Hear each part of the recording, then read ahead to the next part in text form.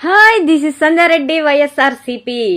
ఒరే రాధాకృష్ణ, నువ్వు ఏందిరా, ఏం చేస్తున్నావురా సామి? ఏడాడో ముసలోళ్ళని తీసుకొచ్చి ఏమేమో మాట్లాడిస్తుంటివి.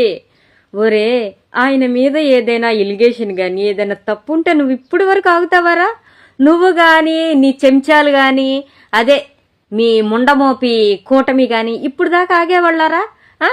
ఏమి ప్రాపగండ చేస్తున్నావురా సామి? లంజంట లంజదానం చేసొచ్చి ఇరుగు పొరుగు లంజల్లారా ఇల్లు భద్రం అంటదంట.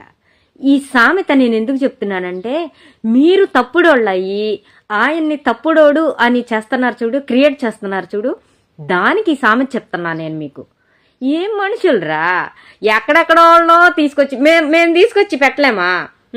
బాలకృష్ణ ఎందుకు చంపాడు సెక్యూరిటీని, బెల్లంకొండ మీద ఎందుకు షూట్ చేశాడు, వసుంధర ఎందుకు లొంగిపోయింది అని మేము మాట్లాడలేమా?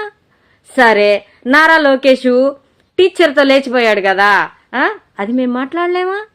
ఇప్పుడు మన గౌరవనీయులైన సీఎం గారు నారా చంద్రబాబు నాయుడు జేబు దొంగ, మేము మాట్లాడలేమా? మేము అనలేమా? కానీ ఇవన్నీ మేము అనం. ఎందుకంటే మీకున్న స్థితి గతులను బట్టి మీ మీద కొద్దిగా గౌరవం, ఆ గౌరవం కూడా మీరు నిలుపుకోలేరు. సరే, భువనేశ్వరి గారిని మేము అనలేమా? ఎవరెవరికో లింకులు పెట్టారని. మాకు సంస్కారం ఉందిరా రాధాకృష్ణ. నువ్వెంత, నీ బతికెంత, నీ స్థాయి ఏంది, పక్కలేసుకొని బతికేవాడివి.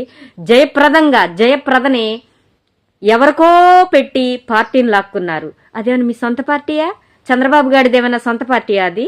నువ్వు చెప్పరా, నీ గుండెల మీద చేసుకొని చెప్పు. ఇప్పుడు తండ్రి ఆస్తి కొడుకులకు వచ్చింది కానీ అల్లుడికి వెళ్ళిద్దా? అట్టనే పార్టీ స్థాపించింది ఎన్టీఆర్ గారు. ఎవరికి వెళ్ళాలి? కొడుకులకి వెళ్ళాలి. అంటే కొడుకులు ఏమైనా ఎదవలని ఇవ్వలేదా అని మేము మాట్లాడగలం. రామకృష్ణ రాధాకృష్ణ అని రామకృష్ణ చేశాను అనమాట. కంగారు పడ మాకు, నిన్నే దుబ్బేది మేము మాట్లాడలేమా? మేము మాట్లాడగలం. కానీ ఇవన్నీ మాట్లాడాలంటే మాకు సంస్కృతి, సంస్కారం, సాంప్రదాయం ఇవన్నీ అడ్డొచ్చి మేము నిన్నేమనట్లా.